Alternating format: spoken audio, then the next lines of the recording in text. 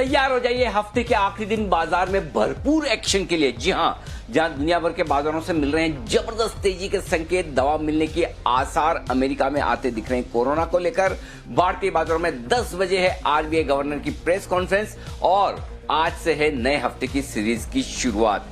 क्या कुछ अहम लेवल की तरफ बढ़ेगा बाजार? क्या एक बड़े ब्रेकआउट के मिलेंगे आसार? मजबूत ओपनिंग के बाद क्या होगी एक बेहतरीन क्लोजिंग भी? ढेर सारे सवाल है, लेंगे जवाब। शेयर बाजार लाइव में आप सबका स्वागत है, नमस्कार। आज फिर से वर्क फ्रॉम होम में मैं हूं अनिल सिंघवी और मुंबई स्टूडियो से मैं हूं दीपांशु भंडारी। अनिल जी, आपकी स्टूडियो में याद आ रही है क्योंकि आज हफ्ते का आखिरी दिन है और इतनी सारी चीजें हैं जिनके बारे में हमें बात करनी है कि लिस्ट नहीं निकल रही। तो अच्छा होता अगर आज आप हमारे साथ स्टूडियो में होते क्योंकि आज एक्शन भी भरपूर होने वाला है। एब्सोल्युटली। पर सर बातें बहुत सीरियसली मैं कहूं, अगर मुझे ये पता होता कि आज इतने एक्शन वाली चीजें होती तो यकीनन मैं स्टूडियो पहुंच जाता। लेकिन ये सारा का सारा एक्शन जो हुआ है ना, आज सुबह सुबह है। कल जब मैं रात को डाउ को सुलाकर सोया था तो मुश्किल से 25-30 पॉइंट ऊपर थे। कहीं कोई बड़ी हलचल नहीं, तो मैंने कहा चलिए फ्राइडे शांति से निकलेगा, कोई बड़ा एक्शन नहीं। लेकिन आप देखिए कहाँ डाउ फ्यूचर 800 ऊपर है, कहाँ गवर्नर साहब प्रेस कॉन्फ्रेंस कर रहे हैं, ढेर सारा एक्शन है। एब्सोल्युटली आज का सेशन मजेदार होगा। आज का सेशन मजेदार होगा सर। बहुत सारी चीजों की बात करनी है। मैं पहले बता देता हूं कि आज की बड़ी बातें क्या हैं जिस पर हम इस समय फोकस कर रहे हैं, जो बड़े ट्रिगर्स आ रहे हैं। ग्लोबल मार्केट्स में एक शानदार रिबाउंड, डाउ फ्यूचर्स पर आप नजर डालिए। देखिए कितने बड़ा उछाल आ रहा है, 850 अंक ऊपर। एसजीएक्स निफ्टी 9250 के आसपास ट्रेड कर रहा है, 250 अंक की तेजी वहां पर आ रही है। और इस सब की बड़ी वजह यूएस में ड्रग ट्रायल कर रही है कंपनी गिलियड और इसकी दवा से कोरोना में कारगर हो रहा है। मरीज की संख्या एकदम 10 दिन में ठीक हो रही है और जो अब तक 1300 मरीजों पर टेस्ट हुआ है उसमें से लगभग सारे ही मरीज इलाज के बाद ठीक हो गए हैं। अभी भी टेस्ट बाकी है पर इनिशियल संकेत काफी पॉजिटिव आ रहे हैं। यही नहीं, भारतीय बाजारों के लिए बड़ी खबर इस समय 10 बजे आरबीआई गवर्नर की होगी प्रेस कॉन्फ्रेंस, उस पर भी करेंगे फोकस। अनिल जी से इसके बारे में भी बात करेंगे। और जो जी बिजनेस ने इस मंडे को मुहिम उठाई थी कि चीन से आने वाले निवेश पर मार्केट रेगुलेटर गवर्नमेंट की कड़ी नजर होनी चाहिए, अब सेबी ने भी वही एक्शन लेने का डिसीजन लिया है। और यही नहीं, चीन से अभी जो जीडीपी के आंकड़े आए हैं वहां से भी थोड़ा सहारा बाजारों को मिलता हुआ दिख सकता है। अनिल जी, बहुत सारी बातें करनी है पर जो कल की सबसे बड़ी बात है उससे शुरुआत करते हैं। सर, सबसे पहले तो आपको और जी बिजनेस को बहुत बहुत बधाई कि आपने दर्शकों के हित में एक और मुहिम उठाई और वो एक सुपर सक्सेस रही। ऑल इंडिया नंबर 1 ट्विटर पर कई घंटों तक हमारा हैशटैग ऑपरेशन हफ्ता वसूली ट्रेंड करता रहा और जो व्यूअर्स में इसने हलचल मचाई है वो सबसे बड़ी बात है। एक्शन भी आता हुआ दिख रहा है कंपनीज की तरफ से, आशा है रेगुलेटर्स भी इसका नोट लेंगे। और कुछ व्यूअर्स ने हमें थैंक यू भी बोला है कि हमने उनके हित में ये बात उठाई और उनके हक के लिए लड़ाई करी। सर, एक बार देख लेते हैं कि व्यूअर्स ने हमें क्या फीडबैक देखा है और फिर इसके बारे में आपसे बात करेंगे। Thank you so much sir, आपके बिना ये पॉसिबल ही नहीं था। आज आपकी वजह से जो आपने ये स्टेप लिया है, आप लोगों ने जो हमारी हेल्प की है, इसकी वजह से आज लाखों लोगों की जान बच गई है। आज रात लाखों लोग चैन की नींद सोएंगे। सर, इतने दिनों से हम लोग परेशान थे, बट सर सच में थैंक यू सो मच। मेरे पास तो वर्ड्स ही नहीं है आपके लिए कि मैं कैसे आप लोगों का थैंक्स करूं। Thank you so much. Thank you शब्द सर बहुत छोटा है, सीरियसली सर, आपने जो हम लोगों की हेल्प की है इसके लिए थैंक यू शब्द बहुत छोटा है। हम लोगों ने इतनी कंप्लेंट्स करी, इतना ट्विटर पे इतना करा, लेकिन कुछ भी किसी चीज़ का भी इफ़ेक्ट नहीं हुआ। बट सर थैंक यू, आपकी वजह से ना सब कुछ, हाँ अब लग रहा है कि फाइनली हम लोग, नहीं सर मेरा वर्ड्स ही नहीं है फाइनली सर, लेकिन आज आपकी वजह से लाखों लोगों के फेस पे वापस स्माइल आई है। Thank you so much sir. बधाई के हकदार तो आप और जी बिजनेस दोनों हैं और हमारी पूरी टीम जिसने इसको पुट टुगेदर किया था। नेहा जी का भी मैं कल जब आपने शो किया था तो मैं उनका भी एग्जाम्पल सुन रहा था, इनका एग्जाम्पल काफ़ी दर्दनाक था, बाकी जो व्यूअर्स है उनका भी एग्जाम्पल काफ़ी बुरा रहा।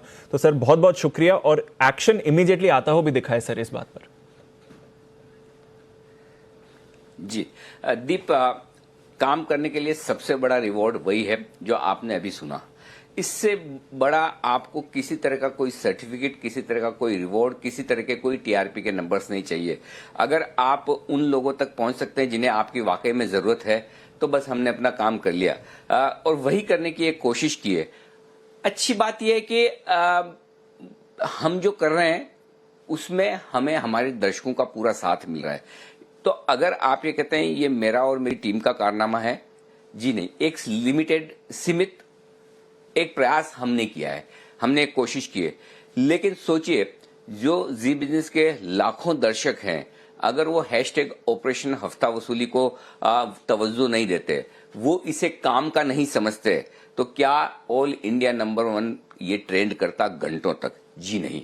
और मैं आपको दावे से कह सकता हूं जो जी बिजनेस के दर्शक है, शायद 95% दर्शक ऐसे होंगे, बल्कि 98-99% दर्शक ऐसे होंगे जो इस तरह की कंपनियों से लोन नहीं लेते हैं, जिनका उनसे कोई लेना देना नहीं कि ये 5-25 हजार रुपए के महंगे लोन वो लेंगे।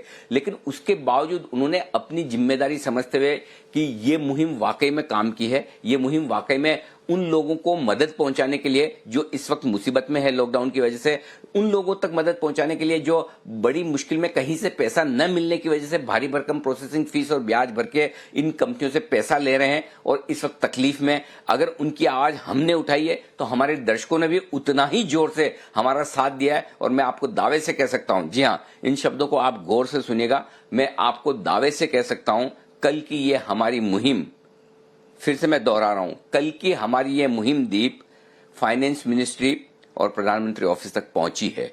और मैं उम्मीद करता हूं जब पहुंची है तो इसका संज्ञान लिया जाएगा और इस पर एक्शन बहुत जल्दी होगा। पिछले कुछ महीनों से एक बहुत अच्छी बात हो रही है और वो ये कि जो मुद्दे हम उठा रहे हैं, जो लोगों के हित में है, निवेशकों के हित में है, कंज्यूमर्स के हित में है, वो बात पहुंच रही है और उस पर एक्शन हो रहा है। और इससे बड़ा हमें कोई एक सर्टिफिकेट नहीं चाहिए कि हम लोगों के इंटरेस्ट के लिए काम करने की कोशिश कर रहे हैं। और जब रिजल्ट अच्छा आता है और जब वैसा होता है तो आपको जोश और बढ़ता है। तो हमें अच्छा काम करने के लिए जो मोटिवेशन चाहिए, जो प्रेरणा चाहिए, वो इस तरह के केसेस से आती है। अब रहा सवाल एक्शन का, जाहिर सी बात है कैशमिन ने कल शाम को ही तुरंत प्रभाव से मुझे कांटेक्ट किया, हमारे रिपोर्टर्स को कांटेक्ट किया, उन्होंने एक मेल भेजा और कहा कि हम इस बात को गंभीरता से ले रहे हैं और हम तुरंत प्रभाव से 31 मई तक न तो कोई रिकवरी एजेंट किसी भी लोन लेने वाले कस्टमर को फोन करेगा, न ही हम उन पर दबाव बनाएंगे कि आप लोन की किश्त भरें। भरे तो भरे, ना भरे तो कोई बात नहीं। 31 मई तक आपको किसी रिकवरी एजेंट का फोन नहीं आएगा, पहली बात। दूसरी बात, इससे आगे बढ़कर उन्होंने ये भी कहा कि 31 मई तक अगर डिफॉल्ट और डिले होते हैं तो हम उस पर पेनल्टी नहीं लगाएंगे। गलती होना स्वाभाविक है, मैं भी करता हूं, आप भी करते हैं, लेकिन अगर आप गलती को तुरंत सुधारें, मामले की सेंसिटिविटी को समझे, तो जो कैशबिन ने किया है वो एक बहुत अच्छा कदम है। इस तरह का एक्शन हर एक कंपनी को लेना चाहिए, हर एक कंपनी को जो कस्टमर्स को परेशान करिए। आप तुरंत प्रभाव से ये कहिए, जी नहीं, हम अब इस वक्त कोई रिकवरी कॉल नहीं करेंगे, हम कोई पेनल्टी नहीं लगाएंगे। ये तो वक्त ऐसा है जब आप ब्याज भी माफ करें। ये आपके कस्टमर्स हैं, आपके दुश्मन नहीं। ये ब्याज देने के लिए ही आपसे लोन ले रहे हैं। लेकिन कभी कभी ऐसी सिचुएशन है जो दुनिया में हम सब ने पहली बार देखी, तो क्या तब भी आप कमाएंगे? ये गलत है। और अगर आप इस गलती को पहचान कर एक एक्शन ले रहे हैं तो मैं स्वागत करता हूं कैशबिन का और ऐसी कंपनियों का जो ये सोच रहे हैं। आप विश्वास नहीं करेंगे दीप, आज सुबह मैं एक ट्वीट पढ़ रहा था।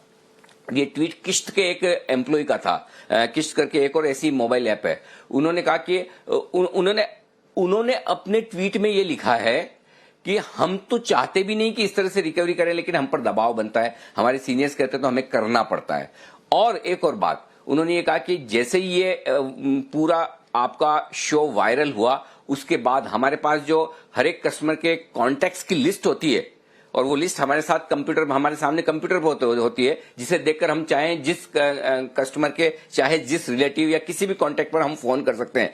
वो ऐप से लिस्ट ही हटा दी गई है। तो ये अपने आप में एक बड़ी कामयाबी है कि कंपनियां समझ रही है कि वो गलत कर रही हैं और उस गलती को सुधारने की कोशिश कर रही है। ठीक है, लेकिन मैं ये जानता हूं सारी कंपनियां ऐसी नहीं करेगी, सारे रिकवरी एजेंट्स ऐसा नहीं करेंगे। सारी कंपनियों को आगे आकर करना चाहिए, ना करे तो मैं चाहता हूं कि आज सुबह आरबीआई गवर्नर जब ये सब बातचीत कर रहे हैं, मीडिया के सामने आ रहे हैं, तो इस पर जरूर बोलें और जरूर कहें कि जो नियम मेरे बैंक्स पर लागू होते हैं वो हर एक एनबीएफसी पर लागू होते हैं, हर एक मोबाइल ऐप के जरिए लोन देने वाली कंपनी पर लागू होते हैं। और किसी भी ग्राहक को परेशान किया जाएगा तो शक्तिकांता दास साहब अपनी शक्ति दिखाएंगे उन्हें। ये ये मैसेज लाउड और क्लियर जाने की जरूरत है। इस वक्त आप परेशान नहीं कर रहे हैं। मैं बिल्कुल भी इस बात को तवज्जो नहीं देता, मैं इस बात को बढ़ावा नहीं देता कि जिन लोगों ने लोन लिया उन्हें लोन नहीं चुकाना चाहिए। जी नहीं, आपने लोन लिया हो, किसी से भी लिया हो, किसी भी टर्म्स कंडीशन पर लिया हो, आपको चुकाना जरूर चाहिए। लेकिन वक्त देखने की बात है। यह वक्त ऐसा नहीं है जब आप लोन चुकाने के लिए प्रेशर करें। यह वक्त ऐसा नहीं है जब आप हर दिन या हर घंटे 2-2% की पेनल्टी लगाएं। यह वक्त ऐसा नहीं है जब आपकी loan processing fees 25-30% loan amount की हो। तो वक्त के साथ रहना बहुत जरूरी है। मुश्किल भरा वक्त है। ये कस्टमर्स हैं, ये हिंदुस्तानी है, आप ही के देश के नागरिक हैं, आप ही के भाई बहन हैं। आज मुसीबत में है इसलिए आपके पास आकर लोन ले रहे हैं। कृपया करके इन्हें परेशान न करें, इनकी मदद करें। ये बाई नेचर चोर नहीं है, ये बाई नेचर डिफॉल्ट नहीं है, ये आपका पैसा खाकर देश छोड़कर भाग जाने वाले लोगों में नहीं है। ये यहीं रहेंगे, मेहनत मजदूरी करके आपका पैसा चुकाएंगे। कृपया करके इन्हें चोरों की तरह ट्रीट न करें, इस तरह के मैसेज न भेजें। मेरे पास एक मैसेज आया कल, उसमें उन्होंने उनकी सारी कॉन्टेक्ट लिस्ट में मैसेज भेजे कि ये चोर है, पैसे खाकर भाग गया है। ये तरीका है उगाई करने का। मैं बहुत इसके खिलाफ हूं और मुझे उम्मीद है कि ये बात सरकार तक पहुंची है, इस पर एक्शन जरूर होगा और होना ही चाहिए। समय ठीक होने के बाद आप उन्हें पूरा समय दें, नौकरी बचे, सैलरी आए, काम धंधा शुरू हो। उसके बाद इन सब लोगों की भी जिम्मेदारी है कि अगर मुसीबत के वक्त कंपनियां उन्हें समय दे रही है, पेनल्टी नहीं लगा रही है, तो आपकी भी जिम्मेदारी कि सबसे पहले आप अपना लोन चुकता करें। तो दोनों तरफ की जिम्मेदारी बराबर है, लेकिन इस वक्त पहली जिम्मेदारी कंपनियों की तरफ से है। तुरंत प्रभाव से उन्हें एक्शन रोकना चाहिए और रियायत देनी चाहिए। बिल्कुल अनिल जी, आपने जिस जो इम्पैक्ट आया है इस ऑपरेशन हैशटैग हफ्ता वसूली का, वो सच में काबिले तारीफ है। एक कंपनी ने ऑलरेडी एक्शन ले लिया है और कहा 31 मई तक नहीं परेशान करेंगे, नहीं पेनल्टी लगाएंगे। आशा है कि दूसरी कंपनीज भी करेंगी और आज आरबीआई गवर्नर भी शायद इस पर कुछ एक्शन ले सके। सर, आरबीआई गवर्नर जो करने वाले हैं उसके बारे में तो अभी थोड़ी देर में बात करेंगे, पर एक और बड़ी मुहिम जो सर आप और मैंने मंडे को डिस्कस करी थी, उस पर भी एक्शन आ गया है। आपने मंडे को कहा था कि जिस तरह से चाइनीज इन्वेस्टमेंट्स भारत में बढ़ रहे हैं, और हमने एचडीएफसी लिमिटेड का एग्जांपल लिया था, हालांकि काफी ज्यादा नहीं बढ़ाया था, बट फिर भी जिस तरह से चाइनीज इन्वेस्टमेंट्स बढ़ रहे हैं उस पर जरूर सरकार और सेबी को नजर रखनी चाहिए, कुछ एक्शन लेना चाहिए। पहले सुना देते हैं कि मंडे को आपने क्या बोला था, फिर इसके बारे में बात करते हैं। सर, चीन से आने वाले पैसे की क्वालिटी और उनके इंटेंशन पर नजर रखनी चाहिए, तो इसका जवाब है मेरा हाँ। जी हां, चीन का पैसा कहीं भी किसी भी फॉर्म में आए, वो हिंदुस्तान को ले लेना शायद अब ठीक नहीं होगा। हमें कम से कम अलर्ट हो जाना चाहिए। हमें से मतलब है हमारी सरकार को, कि किस तरह से चीन का पैसा हमारी कंपनियों में आ रहा है और उसकी क्वालिटी और उसका इंटेंशन दोनों देखना बहुत जरूरी है। और सर, एकदम वैसा ही होता हुआ दिख रहा है। अब खबरें आ रही हैं कि सेबी ने लिस्ट मांगी है चाइना और हांगकांग से, जितने भी एफपीआईज भारत में आ रहे हैं, कहां कहां निवेश कर रहे हैं, कितना निवेश करा है। इस पर भी बड़ा एक्शन सर आपने मांगा था और रिस्पांस भी आ रहा है मार्केट रेगुलेटर की तरफ से। दीप, देखिए, हम एक बिजनेस चैनल है, हमारा प्राइमरी काम है शेयर बाजार को कवर करना, ज्यादातर वक्त हमारा उसमें जाता है। उसके अलावा बिजनेस से जुड़ी हुई तमाम खबरों को कवर करना और बिजनेस से, इकोनॉमी से, देश से जुड़े हुए जो पहलू है, खास तौर से आर्थिक रूप से, वो हम थोड़ा सामने लाने की कोशिश करते हैं। लेकिन ये रोज का शेयर खरीदना, बेचना, ऊपर नीचे, बीटीएसटी, चार्ट कॉर्नर, ये सब अपनी जगह है, ये सब होते हैं, होते रहेंगे। लेकिन क्या एज ए जर्नलिस्ट, क्या एज ए बिजनेस चैनल हमारी कुछ और जिम्मेदारी होती है, और ये समझने की बहुत बड़ी जरूरत है। हम सिर्फ 25-50-100 रुपए वाले शेयर को 10-15-20% ऊपर हो जाए, नीचे हो जाए, उसको देखकर खुश हो जाए कि आज ये थीम चल गई, आज ये सेक्टर चल गया, आज ये शेयर चल गया, ये उठ गया, ये गिर गया, ये अपनी जगह ठीक है। उसके भी एक पर्टिकुलर कहना चाहिए कि वो दर्शक हैं जो वो देखना सुनना चाहते हैं, और वो रोज वाले दर्शक हैं, उनकी जगह वो ठीक है।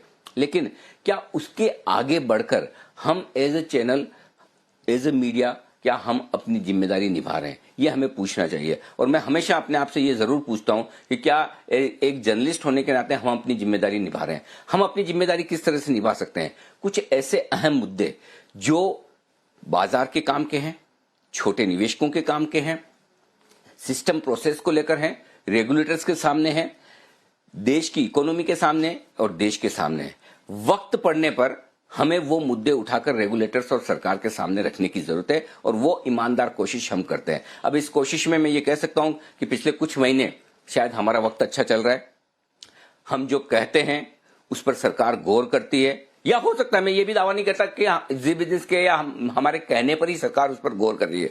हो सकता है सरकार पहले से गौर कर रही हो सकता है सरकार हमसे हिंट लेकर गौर कर रही हो, और हो सकता है एक कोइंसिडेंस है कि सरकार इस पर कुछ एक्शन लेने की सोच रही है और हम भी वही चीज रिकमेंड करते हैं। लेकिन कुछ भी हो, हम एक एज ए जर्नलिस्ट अपनी जिम्मेदारी निभाने की कोशिश कर रहे हैं और उसका रिजल्ट आता हुआ दिख रहा है। सोमवार को हमने ये बात की कि पीपल्स बैंक ऑफ चाइना का HDFC लिमिटेड में जो इन्वेस्टमेंट बढ़ा है वो बिल्कुल भी चिंता की बात नहीं है, बिल्कुल भी नहीं, कोई बड़ी बात नहीं है। लेकिन इसमें बड़ी बात यह है कि सरकार को इस पर नजर रखनी चाहिए, और तुरंत आप देखिए 4 दिन में जो सरकार की तरफ से एक्शन आया है वो काबिले तारीफ है। उन्होंने सेबी को कहा है और सेबी ने सारे कस्टोडियन से ये जानकारी मांगी है कि चीन और हांगकांग के जो भी इन्वेस्टर्स हैं वो हिंदुस्तान की कंपनियों में कब और कैसे और कितना पैसा लगा रहे हैं, वो इंपॉर्टेंट है। देखिए, सिर्फ पैसा इंपॉर्टेंट नहीं है, आप क्या कमा रहे हैं वो इंपॉर्टेंट नहीं है, इससे ज्यादा अहम यह है आप किस तरीके से कमा रहे हैं और जो कमाने का तरीका है वो सही है या नहीं। बाहर से पैसा आ रहा है, पैसा आना इंपॉर्टेंट है, उससे ज्यादा ये इंपॉर्टेंट है कि ये पैसा किसका आ रहा है और क्यों आ रहा है।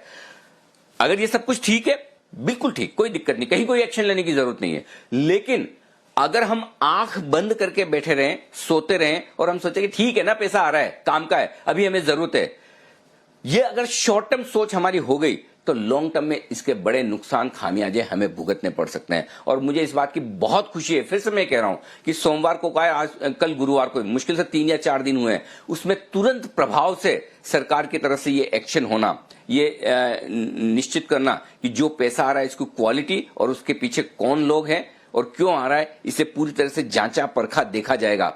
यही चाहिए, यही प्रोएक्टिवनेस चाहिए रेगुलेटर्स की तरफ से और सरकार की तरफ से। तो इसके लिए मैं सेबी की भी तारीफ करूंगा, फाइनेंस मिनिस्ट्री की भी तारीफ करूंगा कि एकदम सही समय पर सही एक्शन लिया है कि हम नजर रखेंगे। अब मैं निश्चिंत हूं और मुझे पूरा भरोसा है सेबी में, सरकार में, वित्त मंत्रालय में ऐसे अधिकारी हैं जो समझदार हैं, जिन्हें समझ आता है कि चाइना से पैसा आ रहा है तो उसकी क्वालिटी क्या है, इंटेंशन क्या है। अब वो नजर रखेंगे।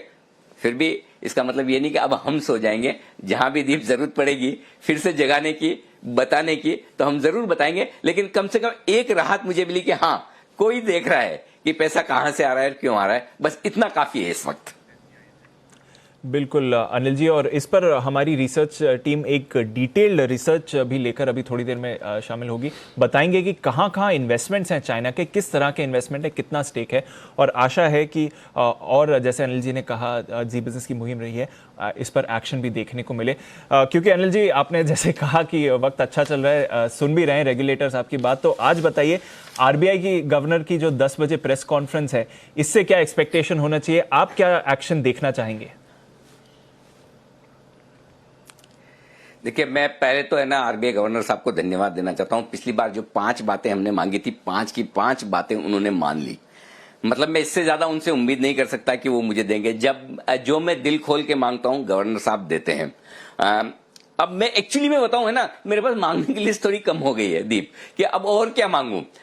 जब पिछली बार उन्होंने हर एक चीज दी है, हमने 5 मांगे उनके सामने कि 5 की 5 ऐसे की ऐसे पूरी किए। 0.5% ब्याज दरें मांगे, कटौती करिए, उतनी की उतनी कर दें। लेकिन फिर ये है ना कि मौका मिला तो छोड़ेंगे क्यों। अगर गवर्नर साहब प्रेस कॉन्फ्रेंस कर रहे हैं और मेरे पास मांगने का मौका है, 10 बजे का वक्त है, तो मैं मांगूंगा जरूर। तो मैंने आज भी कुछ 5 चीजें ढूंढी, लेकिन पिछली बार और इस बार में एक फर्क है दीप, और फर्क ये कि पिछली बार मैंने जो लिए थे वो बड़े मुद्दे, बड़े पॉइंटर्स लिए थे। इस बार मैं छोटी और माइक्रो चीजों पर जा रहा हूं कि क्या बदलाव करने चाहिए। पिछली बार मेरा फोकस पूरी तरह से पॉलिसी डिसीजंस पर था, तो पॉलिसी डिसीजंस RBI गवर्नर ने काफी कुछ कर दिए, RBI गवर्नर साहब ने काफी कुछ कर दिए। अब मैं चाहता हूं कुछ छोटी छोटी चीजें ऐसी है जिन्हें अगर गवर्नर साहब लागू करें ना, तो वो सबके लिए बड़े फायदे की बात होगी। इनमें सबसे बड़ा और पहला पॉइंट मेरा ये NPA रिकॉग्निशन को लेकर। जो कुछ भी कंपनियां, SME, MSME, छोटे कॉर्पोरेट्स अपने लोन रिपेमेंट करते हैं, अगर वो डिले या डिफॉल्ट होती है तो NPA की तरह उन्हें माना जाता है और बैंक्स को उन्हें NPA मानना पड़ता है। अब कंपनियां पैसा नहीं दे पाए तो कंपनियों के लिए भी दिक्कत, उनकी रेटिंग कम होने का खतरा, बैंक्स के लिए दिक्कत, NPA बढ़ने का खतरा। ये मुश्किल वक्त है। इस मुश्किल वक्त में RBI गवर्नर साहब को 6 महीने के लिए NPA मोरेटोरियम करना चाहिए। शब्द को सुनिए, NPA मोरेटोरियम मतलब 6 महीने तक अगर डिले डिफॉल्ट है तो बैंक्स को जरूरी नहीं कि उसे NPA माने, छोड़ दीजिए। लेकिन इसका मतलब ये नहीं कि ये किसी भी अमाउंट का होना चाहिए। एक अमाउंट आप निश्चित कर दिए, वो गवर्नर साहब ज्यादा अच्छे से जानते हैं। 200 करोड़ से 500 करोड़ तक आप फर्ज करें, इतना लोन रिपेमेंट अगर इन कंपनियों का है, मैं ये नहीं कहूंगा कि जिन कंपनियों को 50,000 करोड़ रिपेमेंट करना है या 25,000 करोड़ को रिपेमेंट करना है उनके लिए भी यही राहत होनी चाहिए, उनके लिए राहत अलग हो सकती है। लेकिन अगर आप 500 करोड़ तक के लोन रिपेमेंट को अगर आप 6 महीने के लिए मॉरेटोरियम में डाल दें कि इन्हें एनपीए नहीं मानेंगे, तो मेरे ख्याल से 90% 95% लोन आपके उसमें कवर हो जाएंगे और आपका बैंकिंग सिस्टम पर एनपीए का स्ट्रेस ऑटोमेटिकली कम हो जाएगा। ये आपको कर देना चाहिए। इसका मतलब ये नहीं कि कंपनियों को वो पैसा चुकाना नहीं है, 6 महीने बाद चुकाना है। फर्क सिर्फ इतना है कि आप 6 महीने के लिए इन्हें एनपीए ना माने। तो पहली ये बहुत बड़ी सेवा होगी देश की, ये बहुत बड़ी सहायता होगी एसएमई और एमएसएमई सेक्टर की अगर आरबीआई गवर्नर साहब आज ये करते हैं। ये मेरी पहली मांग है। दूसरी मांग ये है कि बैंक्स के लिए पैसे की जरूरत है। बैंक्स के लिए 1.5 लाख करोड़ से 2.5 लाख करोड़ का बैंक रिकैपिटलाइजेशन बॉन्ड आ जाना चाहिए। पहले भी आपको पता है कि सरकारी बैंकों में पूंजी डालने का काम आरबीआई ने बैंक रिकैपिटलाइजेशन बॉन्ड जारी करके सरकार ने जो किया है, ये फिर से करने की जरूरत है। इस बार आपकी टर्म्स कंडीशन कुछ अलग हो सकती है क्योंकि बैंक के पास वैसे पैसे की कमी यूं नहीं है कि लोन देने के लिए पैसे नहीं है, लेकिन लोन लेने वाले लोग हैं नहीं। लेकिन आपको इस वक्त जो फंसे हुए लोग हैं, जो अपने पैसे नहीं चुका पा रहे हैं, जिन्हें टॉपअप लोन की जरूरत है, जो कंपनियों की कॉर्पोरेट्स की बात कर रहा हूं, जहां लीवरेज कम हो और जहां एनपीए होने की आशंका हो खराब माहौल की वजह से, ये 1.5 से 2.5 लाख करोड़ का बैंक रिकैप जो किया जाए, ये पैसा वहां काम आए और इसकी लीवरेजिंग आप 8-10 गुना जो आमतौर पर होती है बॉन्ड्स की, जिसके सामने बैंक उतना पैसा ले सकते हैं, उसको कम कर दीजिए, 4 गुना कर दीजिए, 3 गुना कर दीजिए। और इस पैसे का इस्तेमाल सिर्फ जो मुश्किल में इस वक्त सेक्टर्स हैं, जो स्ट्रेस सेक्टर्स हैं, वहां पर आप पैसा देने का काम करिए। और मैं आपको दावे से कह सकता हूं कि ये इतनी बड़ी रिलीफ होगी। इसमें होगा क्या दीप, की डायरेक्टली पैसे जाएंगे इन सेक्टर्स के पास। और जब कुछ बीमारियों का इलाज सिर्फ पैसा है, सिर्फ पैसा, कुछ प्रॉब्लम पैसे से ही दूर होगी और वो पैसा आरबीआई को ही देना। आरबीआई को ये समझ लेना है कि वो कुबेर है, वो भगवान कुबेर हैं इस वक्त और उन्हें पैसा बांटना है। सिंपल चीज है, वो जितने तरीके से, जितना ज्यादा तरीके से पैसा बांटे उतना बढ़िया। ये दूसरी चीज होगी जो आरबीआई गवर्नर कर सकते हैं। तीसरी चीज जो आरबीआई गवर्नर साहब को करनी चाहिए, जिस पर मेरा यह मानना है कि ब्याज दरों में कटौती।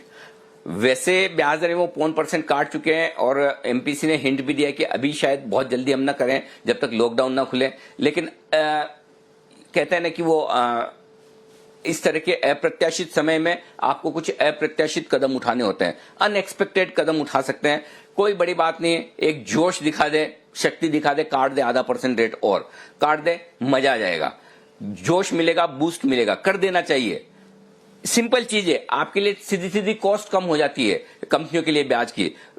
और उसके साथ एक चीज और करनी चाहिए जो मैं ये कह रहा हूं, और वो ये है कि आप ब्याज दरों में कटौती तो करें, लेकिन ब्याज दरों की कटौती का ट्रांसमिशन ढंग से हो पाए, उसके लिए एक काम करने की जरूरत है। आज मैं म्यूचुअल फंड में इन्वेस्टर हूं, मैं बड़ा खुश हूं कि मेरा लिक्विड फंड, ओवरनाइट फंड बहुत बढ़िया इंटरेस्ट मुझे कमा कर दे रहा है। 5-5, 6-6% के रिटर्न वहां पर आते हैं, जो कि किसी भी लिहाज से कम नहीं है। लेकिन क्या वो सही है?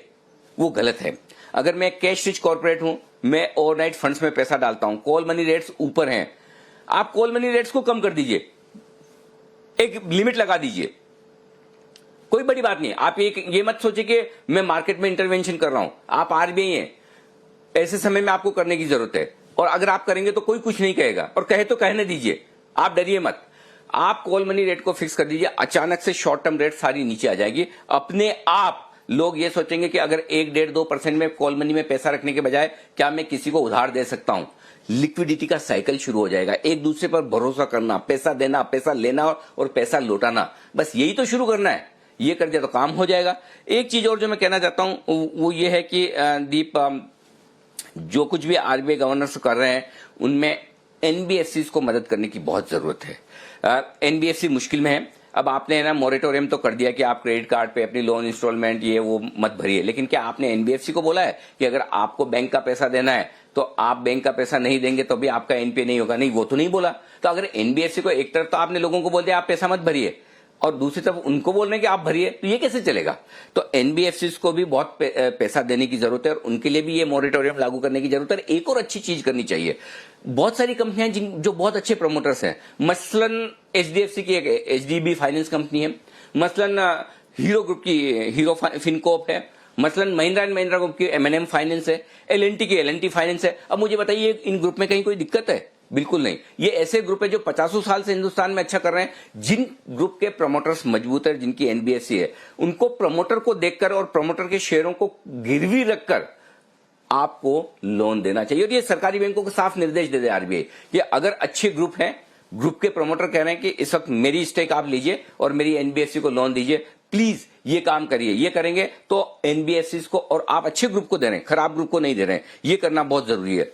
एक और आखिरी बात जो मैं कहना चाहता हूं, NBFC, SME तो MSME, इन 3 सेक्टर को जिस तरीके से आप राहत दे सकें जरूर दीजिए। ये राहत बहुत जरूरी है। तो मैं चाहता हूं कि गवर्नर साहब इन मुद्दों को सुने और इनके अलावा भी बहुत कुछ कहे और करे, तो बस दिन बन जाए आज अपना। बिल्कुल अनिल जी, तो ये 5 बड़ी बातें हैं जिन पर RBI गवर्नर से हम एक्शन चाहेंगे। आशा है कि ये आए, और कल हमने देखा भी NBFCs में एक्शन बढ़ रहा था इस एंटिसिपेशन में। देखते हैं क्या फाइनल। जी सर। हाँ जी दीप, एक ही चीज कहना चाहता हूं कि चूंकि ये 7 बजे खबर आई है कि गवर्नर साहब प्रेस कॉन्फ्रेंस कर रहे हैं और 8 बजे शो करना था, उससे पहले स्ट्रेटेजी बनानी थी, उससे पहले बहुत सारे काम करने थे, तो मैं जल्दबाजी में फटाफट अपने दिमाग से ये 5 पॉइंट बना पाया हूं जल्दी से। तो हो सकता है कुछ 1-2 बड़े पॉइंट छूट गए हों, मैं कोशिश करूंगा उनको याद करने की, लेकिन जो याद आया वो मैंने आपके सामने रख दिया। बिल्कुल अनिल जी, तो RBI गवर्नर की प्रेस कॉन्फ्रेंस पर नजर रहेगी। 1.5 घंटा बाकी है। आज के एक्शन की बात करते हैं सर। मैं आपको पहले एक ग्लोबल अपडेट दे देता हूं, फिर आपसे जानेंगे एक्शन कैसे रहेगा। ग्लोबल में दोनों चीजें हैं सर, अच्छी खबरें और बुरी खबरें। जैसे आप बता रहे थे, आजकल बाजार अच्छी खबरों पर बड़ा रिएक्शन देता है, बुरी खबरों पर उतना बड़ा रिएक्शन नहीं देता है। सबसे बड़ी खबर आई है सर कि एक जो ड्रग स्टडी चल रही है US में, गिलियड कंपनी की, उनकी एक दवाई है रेमडेसिविर, उसके इलाज में काफ़ी सक्सेस आई है। शिकागो के एक हॉस्पिटल में ट्रायल चल रहा है। 1600 मरीजों पर इस समय इलाज हुआ है। इवेंचुअली 4000 मरीजों पर करेंगे। उसमें से 1300 मरीजों का एकदम ठीक हो गया है कोरोना 10 दिन के अंदर, और बाकी भी मरीज ठीक हो रहे हैं। क्रिटिकल मरीजों पर भी ये अच्छे संकेत दिखा रही है रिकवरी के। तो ये इसकी वजह से थोड़ा सहारा मिला है बाजारों को, 850 अंक की तेजी आई है। और दूसरा, कल व्हाइट हाउस की तरफ से गाइडलाइंस आ गई कि US इकोनॉमी का लॉकडाउन कब और कैसे खोला जा सकता है। उन्होंने एक टाइमलाइन नहीं दी है, पर आशा जताई है कि अगले महीने से कुछ जगहों पर लॉकडाउन हटाया जा सकता है। 3 फेजेस में लॉकडाउन हटाया जाएगा। पहले फेज में कुछ कारोबारों को काम फिर से शुरू करने की मंजूरी मिल सकती है अगर थोड़ी गाइडलाइंस वो फॉलो करें। हालांकि एक डेट नहीं आई है, पर गाइडलाइंस आ गई है कि लॉकडाउन हटाने की बात हो रही है, इसलिए थोड़ा कॉन्फिडेंस आया है। पर दूसरी तरफ अगर आप देखें तो काफ़ी सारी नेगेटिव खबरें भी आई हैं। एक तो कोरोना के मामले बढ़ रहे हैं। कल ग्लोबली 95,000 मामले सामने आए, तो ये एक काफ़ी डरावना आंकड़ा है। अभी थोड़ी देर पहले रिपोर्ट आ रही थी कि रिपोर्ट किया जा रहा था कि पिछले 24 घंटों में US में 2100 से ज़्यादा लोगों की मौत हुई है। उस फिगर को रिवाइज करके अब 4000 के ऊपर का दिखाया जा रहा है सर। तो एक दिन में 4000 की लगभग मौतें आई हैं। ये थोड़ी देर पहले ही ये फिगर आया है, और लगभग 30,000 मामले फिर से सामने आए हैं। तो इसकी वजह से डर बढ़ रहा है। अमेरिका में मरने वालों की संख्या 35,000 के करीब पहुंच गई है। यहां से भी एक डर बढ़ रहा है। UK में लॉकडाउन 3 हफ्तों के लिए बढ़ा दिया गया है। न्यूयॉर्क में लॉकडाउन 15 मई तक बढ़ा दिया गया है। तो कोरोना की खबरें पॉजिटिव नहीं है। भारत में भी कल हमने देखा तो फिर से 1000 मामले हमारे सामने आए। US के जो अनएम्प्लॉयमेंट आंकड़े थे सर, जो साप्ताहिक आंकड़ा कल का आया वो 52 लाख का था, जो पिछले 2 हफ्तों से तो कम है। पर अगर आप पिछले 4 हफ्तों के आंकड़े मिलाकर देखें US अनएम्प्लॉयमेंट की अगर हम बात करें तो 2.2 करोड़ का फिगर आ रहा है। और ये 2.2 करोड़ का फिगर इसलिए इंपॉर्टेंट है क्योंकि 2009 से 2020 तक US में 2.2 करोड़ नई जॉब्स क्रिएट हुई थी। यानी कि 10-11 साल में जितनी नई जॉब्स क्रिएट हुई थी वो 1 महीने में चली गई हैं। तो ये इसलिए एक डराने वाला आंकड़ा है पिछले 4 हफ्ते के जो अनएम्प्लॉयमेंट आंकड़े आए हैं US से। और आखिरी बात, अभी थोड़ी देर पहले चाइना का GDP डेटा आया, पहली तिमाही का ग्रोथ 6.8% गिरी है। हालांकि ये ईयर ऑन ईयर कंपैरिजन है। हालांकि अनुमान 8.3% का था, तो उस अनुमान से बेहतर है। पर अगर आप क्वार्टर ऑन क्वार्टर का फॉल देखें तो लगभग 10% ग्रोथ गिरी है पहली तिमाही में चाइना में सर। बिल्कुल। तो दीप, अभी बात यही है कि आप किस चीज पर भरोसा करेंगे। 125 लोगों पर एक्सपेरिमेंट किया और 100 लोगों पर रिजल्ट अच्छा आया। उस दवा के बारे में भरोसा करेंगे कि जो अब बनने में 6 महीने 12 महीने लगाएंगी, अगर ये सक्सेसफुल हुई, इसकी ट्रायल होने के बाद में इसकी दवा बनने की मंजूरी मिली, उस पर भरोसा करेंगे, या फिर US में 4000 से ज्यादा लोग एक दिन में सबसे ज्यादा मरे, उस पर करेंगे। अगर इतनी बढ़िया दवा है, इतना सब कुछ है, तो क्यों जल्दी से ना हो जाए। लेकिन बात वो नहीं है। अगर आप कोरोना देखेंगे और कोरोना पर रिएक्शन देने की कोशिश करेंगे तो शायद आप बाजार को परखने में गलती कर देंगे। तो मैं बहुत सीधे सीधे तौर पर पिछले एक हफ्ते से जो ऑब्जर्व कर रहा हूं वो फिर से कहना चाहता हूं कि बाजार अपनी जगह है, कोरोना अपनी जगह है। कोरोना में कहीं कोई राहत के संकेत है नहीं और कहीं कोई अति उत्साहित होने की भी जरूरत नहीं कि कोरोना की दवा मिल गई है और उस लिहाज से आपको बहुत कुछ जल्दी से ठीक होता हुआ दिखेगा। लेकिन बात वो नहीं है। बात ये है कि बाजार इस पर रिएक्शन देने को तैयार नहीं है। बाजार ये साफ कह रहा है कि मैं बुरी खबरों को नजरअंदाज करूंगा, अच्छी खबरों पर चलूंगा। तो ठीक है, अब जैसी बाजार की मर्जी। तो ग्लोबल संकेत इसलिए मैंने आज पॉजिटिव साइड पर रखे हैं कि अब इससे बढ़िया संकेत आपको क्या मिल सकते हैं कि डाउ 800-900 पॉइंट फ्यूचर्स पर ऊपर दिखे। अब इतना हो पाएगा, नहीं हो पाएगा, कितना होगा या ज्यादा होगा ये मुझे नहीं पता, लेकिन हाँ अभी तो इसके हिसाब से। और दूसरी बात यह है कि सिर्फ डाउ फ्यूचर्स ऊपर नहीं है, डाउ के साथ साथ एशियाई बाजारों में भी माहौल थोड़ा सा बेहतर है और इस डाउ की रिकवरी पर एशियाई बाजार भरोसा कर रहा है। हम भी करेंगे, हम भी मजबूत खुलेंगे। लेकिन दूसरी बात जो है दीप आज के लिए वो ये है कि आरबीआई गवर्नर साहब की प्रेस कॉन्फ्रेंस है। पिछली बार प्रेस कॉन्फ्रेंस हुई थी, उन्होंने सब कुछ दिया जो हमने मांगा था, दिल खोल के दिया, भर भर के दिया और उसके बाद वहीं पर प्रॉफिट बुकिंग आई थी और उस वक्त भी बाजार बेहद अहम लेवल पर थे, 9000 के आसपास। आज फिर से वही लेवल है, वही वक्त है, वही प्रेस कॉन्फ्रेंस है। लेट्स सी क्या होता है। उम्मीद करें कि आज वैसा ना हो जैसा पिछली बार हुआ था। तो मैंने संकेत ग्लोबल मार्केट्स के लिखे हैं पॉजिटिव, एफआईज के लिखे हैं नेगेटिव, घरेलू फंड के पॉजिटिव। सेंटिमेंट मैंने आज पॉजिटिव लिखा है दो वजह से, डाउ को देखकर, एशिया को देखकर और दूसरा गवर्नर साहब की प्रेस कॉन्फ्रेंस को देखकर। ट्रेंड नेगेटिव साइड पर ही है। अगर आज एक बढ़िया क्लोजिंग मिली तो फिर मैं कहूंगा कि ट्रेंड अब पॉजिटिव होता हुआ दिख रहा है। 9250 के ऊपर बंद होंगे तो मैं ट्रेंड को नेगेटिव से न्यूट्रल साइड पर ले आऊंगा। ओके, तो अगर 9150 के ऊपर क्लोजिंग होती है, हालांकि आज के लिए एटलीस्ट सेंटिमेंट तो पॉजिटिव है, ट्रेंड अभी भी नेगेटिव है, तो सर आज के लिए फिर अहम सपोर्ट जोन्स कौन से आ रहे हैं?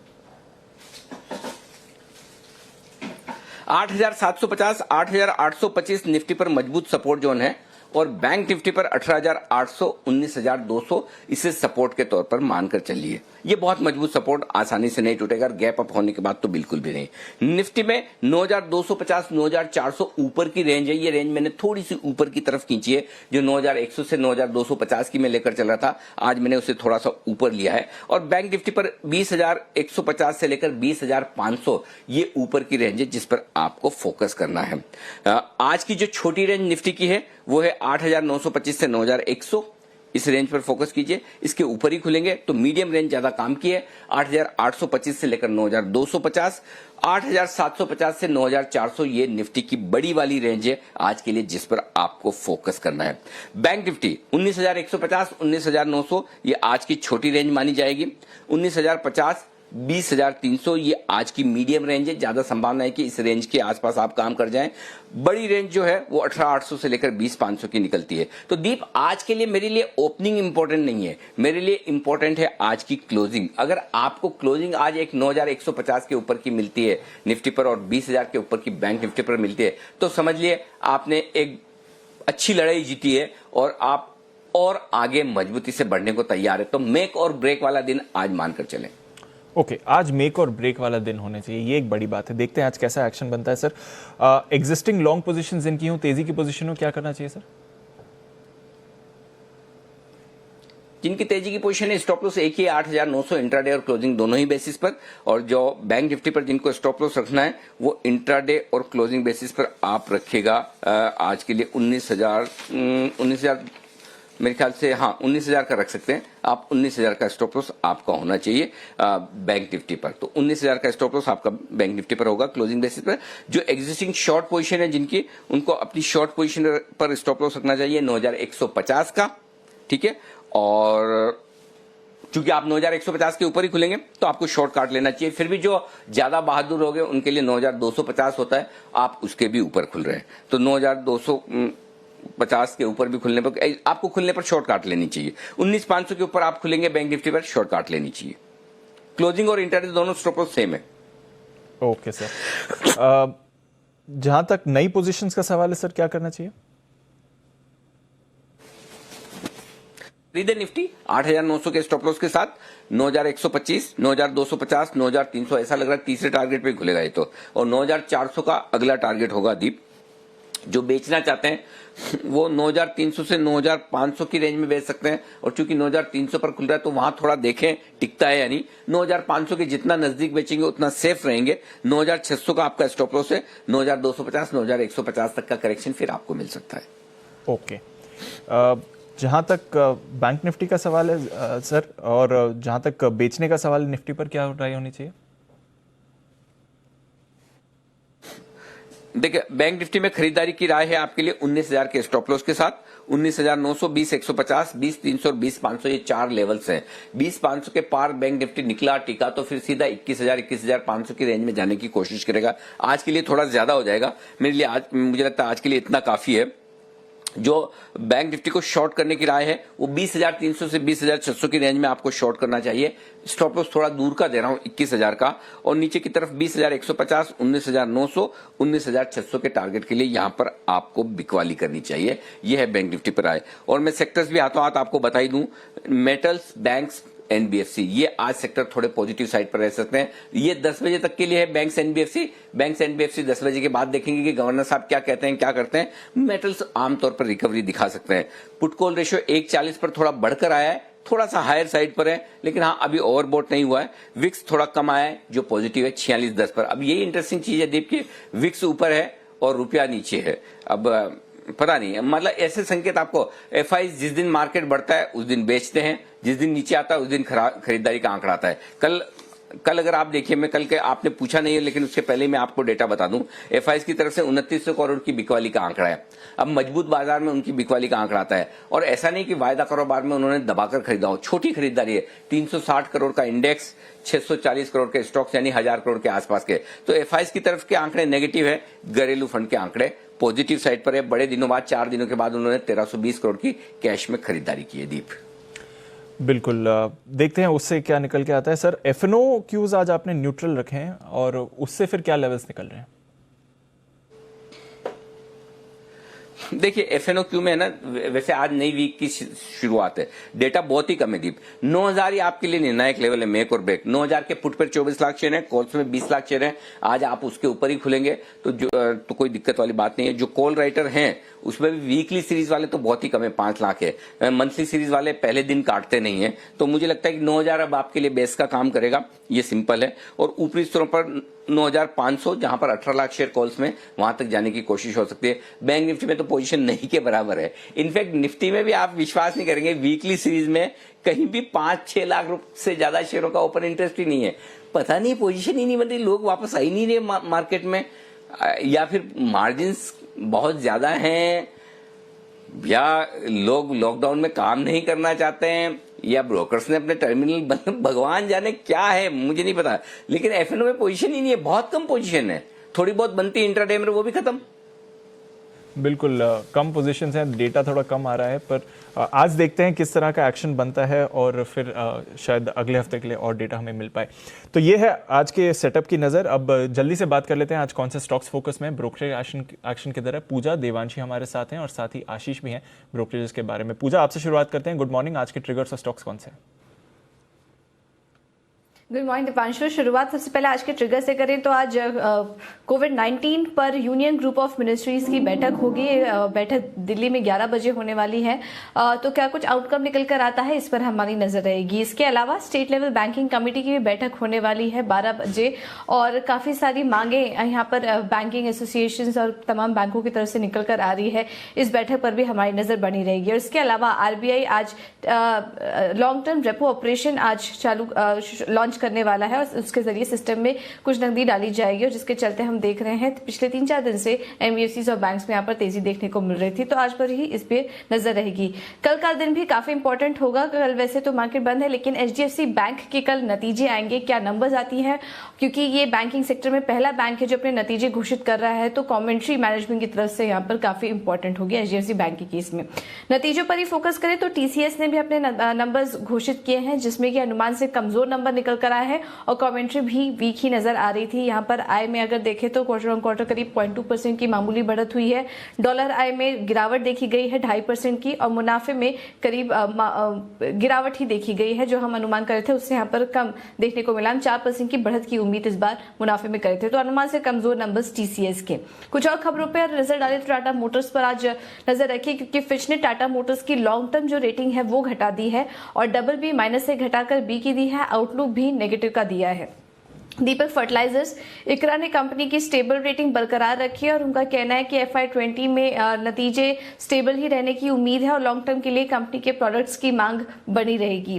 M&M महिंद्रा रिन्यूएबल्स कंपनी की एक सब्सिडरी है जिसके जरिए कंपनी ने डिवाइन सोलरान में हिस्सेदारी बेची और करीब 124 करोड़ में हिस्सेदारी बेची गई है। तो आज M&M फोकस में रहेगा और फोकस रहेंगे बैंकिंग स्टॉक्स भी। काफी सारी खबरें यहाँ पर निकल कर आ रही है। इसके अलावा RBI से एसेट क्लासिफिकेशन के नियमों में भी ढील की मांग की है काफी सारे बैंकों ने, स्पेशली सरकारी बैंकों ने, और उनका कहना है कि 29 फरवरी के पहले भी जो बोरोवर्स हैं जिन्होंने कर्ज लेकर रखा है उनको भी यहाँ पर राहत दी जानी चाहिए। और इसके अलावा अगर ऐसा नहीं होता है तो 50,000 करोड़ से ज्यादा खाते NPA हो सकते हैं, जिसमें कि सबसे ज्यादा बड़ी मार MSME जो सेक्टर है वहां पर पड़ते हुए दिखाई देगी। तो खबरें काफी सारी हैं सेक्टर से जुड़ी। बैंक स्टॉक्स आज भी फोकस में रहेंगे। बिल्कुल, बैंक स्टॉक्स, NBFCs और TCS फोकस में रहेंगे आज। देवांशी, आप बताइए कौन से स्टॉक्स और फंड एक्शन किधर है आज?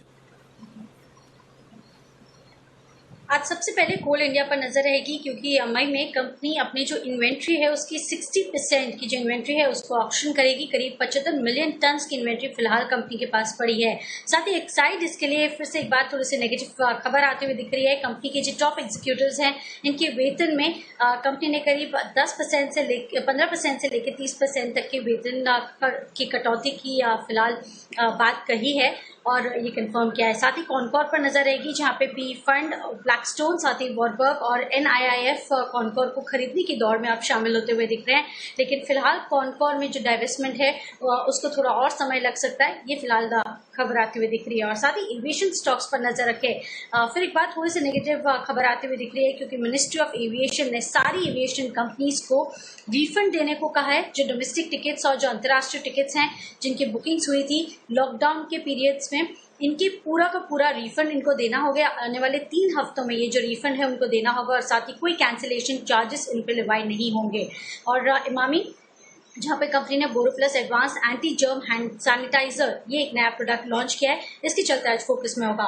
कई सारी कंपनीज हैं जिन्होंने अपने लॉकडाउन के बाद अपने प्लांट्स में कामकाज शुरू किया है, जिसमें JK लक्ष्मी सीमेंट है, गुजरात में अपने जो यूनिट्स हैं ग्राइंडिंग यूनिट्स वहां पे कामकाज शुरू किया है।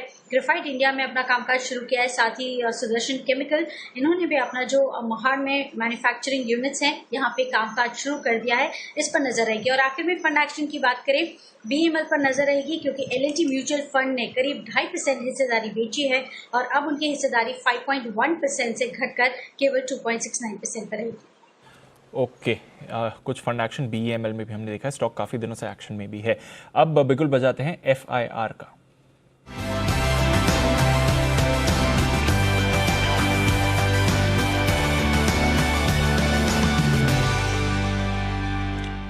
आशीष, काफी सारी ब्रोकरेज रिपोर्ट्स आई हैं TCS पर, सेक्टर्स पर, स्टॉक्स पर, बताइए कहां है reports? Good morning Deepanshu. TCS के नतीजे आए थे और हमने देखा था कि अनुमान जो था उससे कमजोरी नतीजे आते हुए दिखे थे और ब्रोकरेज हाउसेस लगभग सभी का मानना ये है कि FY21 भी काफी ज्यादा चैलेंजिंग रहेगा ग्रोथ के टर्म्स पर। अगर आप देखें तो 10 साल के डिकेड लो पर आय ग्रोथ है, जिसका थोड़ा सा एक चिंता है, लेकिन मोर और लेस ब्रोकरेज हाउस का भरोसा जो है TCS पर बरकरार देखने को मिला है। एक एक करके मैं आपको टारगेट प्राइस और रेटिंग बता देता हूँ। सबसे पहले इंपॉर्टेंट है CLSA खरीदारी की राय दे रहे हैं, लेकिन लक्ष्य जो है इन्होंने 2,550 रुपए से घटाकर 2,115 कर दिया है। मॉर्गन स्टैनली इक्वल वेट की रेटिंग दे रहे हैं, 1825 से लक्ष्य को घटाकर 1780 कर दिया। UBS न्यूट्रल की रेटिंग दे रहे हैं, 1855 रुपए पर लक्ष्य को बरकरार रखा है और जेफरीज खरीदारी की राय दे रहे हैं 1900 रुपए के लक्ष्य लिए। यानी ये कह लीजिए कि रेटिंग में किसी ने बदलाव नहीं किया है, मॉर्गन स्टैनली और CLSA ने लक्ष्य में थोड़ी सी कटौती की है। इसके अलावा अगर आप देखें तो स्टॉक स्पेसिफिक रिपोर्ट्स भी आ जाएंगे। सबसे पहले ICICI बैंक पर मॉर्गन स्टैनली की रिपोर्ट आई है, जहां पर ओवरवेट की रेटिंग को बरकरार रखा है और लक्ष्य 640 रुपए से घटाकर 475 कर दिया है। लेकिन कमेंट्री काफी पॉजिटिव नजर आ रही है, कह रहे कि इस साल करीब 37% की गिरावट देखने को मिली है स्टॉक में, जिसके बाद ये आकर्षक हो जाता है कैपिटल बेस मजबूत है, अभी आय ग्रोथ को लेकर थोड़ी सी चिंताएं, लेकिन ये स्टॉक प्राइस में फैक्टर्ड इन है। इसके लिए मॉर्गन स्टैनली का आईसीआईसीआई बैंक पर भरोसा बरकरार है। सीएलएसए की रिपोर्ट है रिलायंस इंडस्ट्रीज पर, जहां पर खरीदारी की राय को बरकरार रखा है। लक्ष्य 2010 रुपए से घटाकर 1500 कर दिया है। ये कह रहे हैं रिटेल और टेलीकॉम में ग्रोथ देखने को मिलेगी, लेकिन जो कोर पेट्रोकेम कारोबार है वहां पर जरूर दबाव देखने को मिलेगा। और अंत में क्रेडिट स्विस की एक रिपोर्ट है अपोलो हॉस्पिटल पर, जहां पर आउट परफॉर्म की रेटिंग को बरकरार रखा है 1600 रुपए के लक्ष्य के लिए, और इनका मानना है कि FY21 कंपनी के लिए थोड़ा सा चैलेंजिंग रहेगा। ओके, तो ये हैं वो तमाम रिपोर्ट्स जिस पर आज रहेगा एक्शन। आइए एक्शन की करते हैं शुरुआत हमारे एक्सपर्ट्स के साथ। तैयार है टीम और बिगुल भी है तैयार।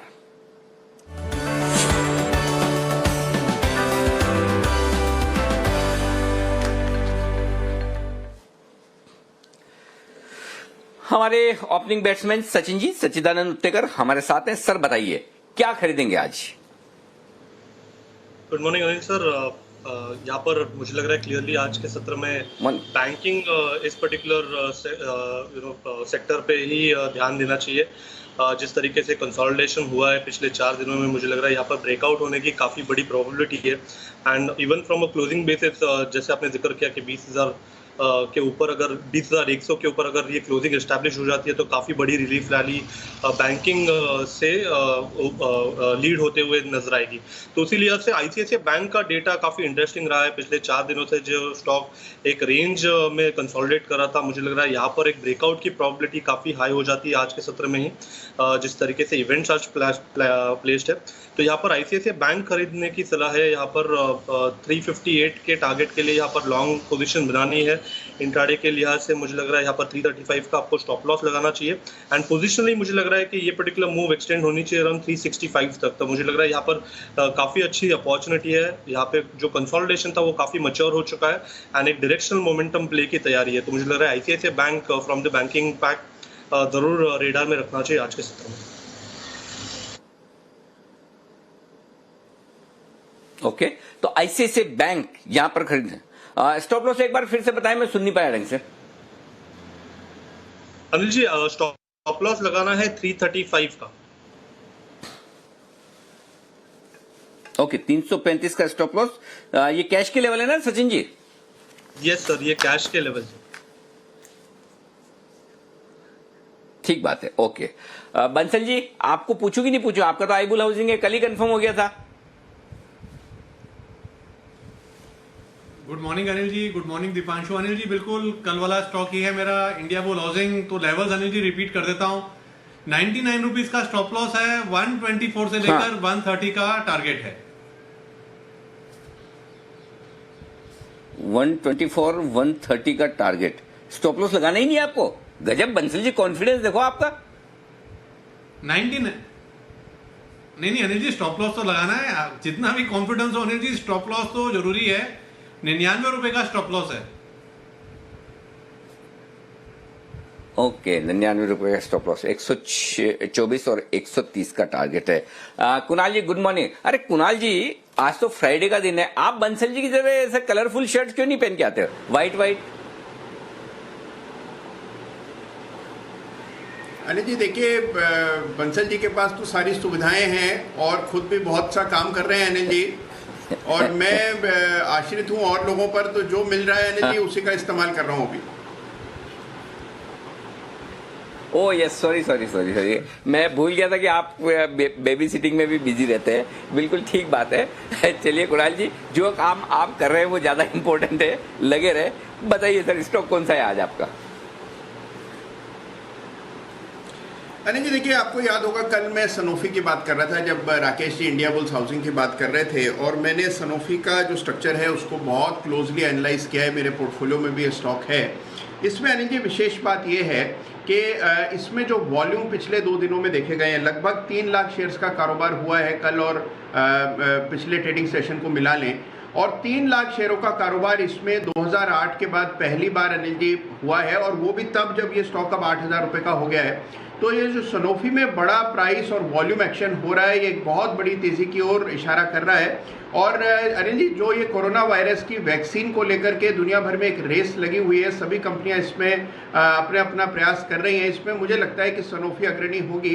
कल बंसल जी ने एक पॉइंट आइडेंटिफाई किया था कि सनोफी का जो ये कारोबार है ये दूसरी एंटिटी में है, लेकिन अनिल जी देखिए, वैसे तो ये इसका जो ग्लोबल पेरेंट है वो डेवलप करेगा वैक्सीन। जब कभी वैक्सीन अगर डेवलप होती है तो उसका बेनिफिट सारी सब्सिडरीज को होता है, यानी कि रब ऑफ इफेक्ट सारी जगह देखने को मिलता है। तो मुझे लगता है कि सनोफी को बाय करना चाहिए। ये स्टॉक 10,000 के लेवल्स को पार करने की क्षमता रखता है, अभी भी मौका है। इसके दाम से बिल्कुल विचलित ना हो कि इतना बढ़ गया है, यहाँ पर भी मुझे लगता है खरीदना चाहिए। शॉर्ट टर्म टारगेट एक 9,000 रुपये का, 8900 9,000 का रखें और 10,000 के ऊपर जाने की पूरी संभावना चार्ट्स पर लगती है। जय हो, बहुत बढ़िया। चलिए, सनोफी खरीदे, स्टॉप लॉस की जरूरत नहीं, इन्वेस्टमेंट वाली पिक है। आइए वागले साहब, क्या खरीदेंगे बताएं sir. Anil ji good morning, Deepanshu good morning. मैं बाय करूंगा HDFC लाइफ, 490 का बंद है, 484 का मेरा स्टॉप लॉस होगा। मुझे लगता है ये एक अच्छी खासी मूव के लिए, ब्रेकआउट के लिए तैयार है। 507 का मेरा आज का टारगेट होगा। अगर 1 से 2 दिन का व्यू लेते हैं या 2 से 3 दिन का व्यू लेते हैं तो ये 530 535 तक भी पोजिशनली जा सकता है। ओके, चलिए, ये है आपके लिए HDFC लाइव में खरीदारी की राय। सिद्धार्थ जी हमारे साथ जुड़ चुके हैं। सिद्धार्थ सर, स्वागत है आपका भी। बताइए सर, आपका pick of the day. Good morning Anil ji, good morning Dipanshu. Morning. Pick of the day में तो जो सेगमेंट आज सबसे ज्यादा रेडी है कोरोना वायरस के टाइम में, डॉक्टर, स्टॉक भी हुई है डॉक्टर रेड्डी। यूएस बिजनेस में रेवेन्यू बहुत इम्पैक्टेड था। मुझे लगता है कि यूएस बिजनेस में रेवेन्यूज रिबाउंड कर सकते हैं, साथ ही साथ यूरोपियन बिजनेस में भी रिबाउंड करेंगे। इंडिया में जो नॉन कोर इनिशिएटिव्स थे उससे कोर बिजनेस पे फोकस कर रहे हैं। डॉक्टर रेड्डी रेवेन्यू इंप्रूव कर सकता है, प्रॉफिटेबिलिटी इंप्रूव कर सकता है। और मुझे लगता है कि भारत में और ग्लोबली तो हालांकि बहुत सारी एमएनसी कंपनियां, बट भारत में तो बहुत बड़ा लीड ले सकती है डॉक्टर रेड्डी। डॉक्टर रेड्डी मुझे लगता है कि 4300 के टारगेट से जरूर खरीदारी करनी चाहिए। ये निवेश की राय है 12 महीने के पर्सपेक्टिव से, तो मुझे लगता है कि ये स्टॉक अव्वल नंबर का परफॉर्मेंस दे सकती है आने वाले 6-12 महीने में। ओके, डॉक्टर रेड्डी इस पर खरीदारी की राय से कुछ दिन पहले सचित जी का भी टॉप पिक था, वहां से भी अच्छी रैली आई है और आगे जाकर भी अच्छी रैली आ सकती है। ये है राय सजानी साहब से।